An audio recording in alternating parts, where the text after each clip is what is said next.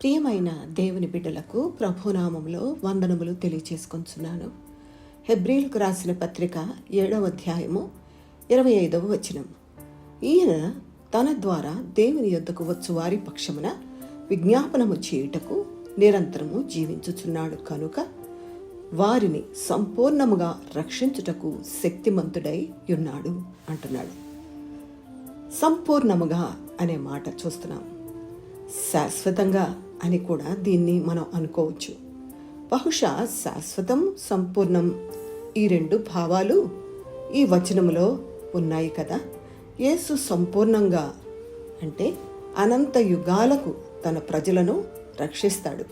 అయితే తన ద్వారా దేవుని దగ్గరకు వచ్చిన వారిని మాత్రమే ఆయన రక్షిస్తాడు. అంటే తాను దేవుని చెంతకు వెళ్ళే ఏకైక మార్గమని యోహాను సువార్తలో 14:6 ఆయనే చెప్పాడు. పౌలు తిమోతికి రాస్తూ దేవునికి మనిషికి ఏకైక మధ్యవర్తి అని 1 తిమోతి 2:5 చెప్పాడు. వారి పాపాలకు ఒక్కసారే ఒకే బలి అని రోమా 7:27 ఒక్కసారే శ్రమపడెను అని 1 పేతురు 3:18 పేతురు అంటున్నాడు. తనను అంగీకరించిన మనుషులనే రక్షిస్తాడు. అందువల్ల వారు అంతము వరకు క్షేమంగా భద్రంగా ఉంటారు. ఎందుకంటే క్రీస్తు తన ప్రజలను సంపూర్ణంగా శాశ్వతంగా రక్షించడం ఆయన వారి కోసం దేవునికి విజ్ఞాపన చేస్తూ ఉండడంతో ముడిపడి ఉంది.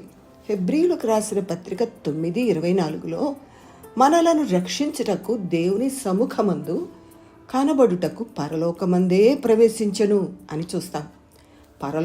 లోకము ఊహల్లో ఊహించినది కాదు. అది అత్యంత నిజమైన పవిత్ర స్థలం. అక్కడ దేవుడున్నాడు. మన ప్రియ ప్రభువు కూడా అక్కడ దేవుని ఎదుట మన కొరకు ఉన్నాడు. ఆయన మనలను రక్షించుట కొరకు మన యొక్క రక్షణ కార్యాన్ని అంతము వరకు శాశ్వతంగా, పరిపూర్ణంగా, సంపూర్ణంగా చేయుటకు దేవుని సముఖంలో మన ప్రియ ప్రభువు ఉన్నాడు.